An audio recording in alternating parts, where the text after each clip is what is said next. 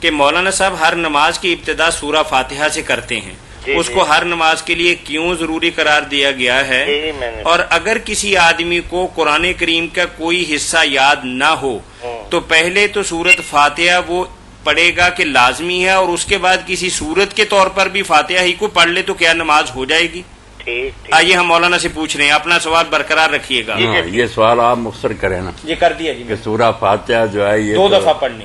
ہاں یہ پوچھا ہے کہ اگر اس کو اور قرآن مجید میں سے کوئی یاد نہیں تو کیا اس کو ہی دوبارہ پڑھے؟ نہیں، دوبارہ نہیں پڑھنا، بس اسی پر بس کرے نماز ہوگی، کوئی اس کے ساتھ نہیں پڑھنا۔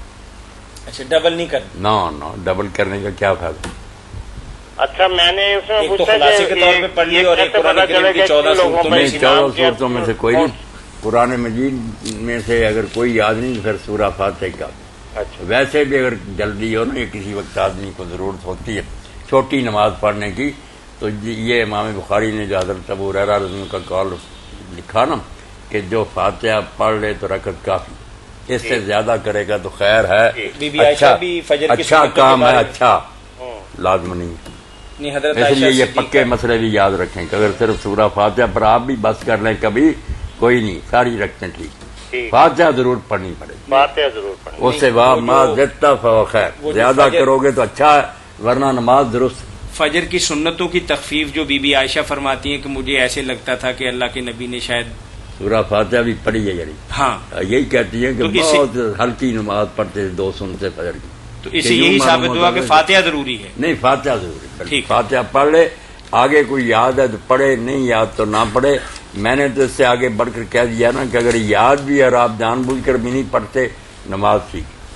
کچھ ایسی روایتیں بھی ہیں ضعیف جن میں آتا ہے کہ اس سے آگے جس نے نہیں پڑھا اس کی نماز نہیں، وہ نہیں ثابت۔ امین صاحب آپ کی بات مکمل ہو گئی؟ یہ ہو گئی ہے، جب میں باقی کل پوچھ لوں گا، روز پوچھیں، آپ کے لیے 29 دن ہے انشاءاللہ۔ نہیں، کل بھی اسی کے بارے میں۔ ایک آدمی آیا اور اس نے کہا اللہ کے رسول علیہ السلام میں نے تو اسلام قبول کیا، مجھے تو فاتحہ بھی یاد نہیں، تو آپ نے کہا تو نہ اتنی دیر سبحان اللہ والحمدللہ ولا الہ الا اللہ واللہ اکبر یہی پڑھ لیا کر، بس کافی، 1-2 مرتبہ پڑھ کر نہ رکوع کر لیا کر۔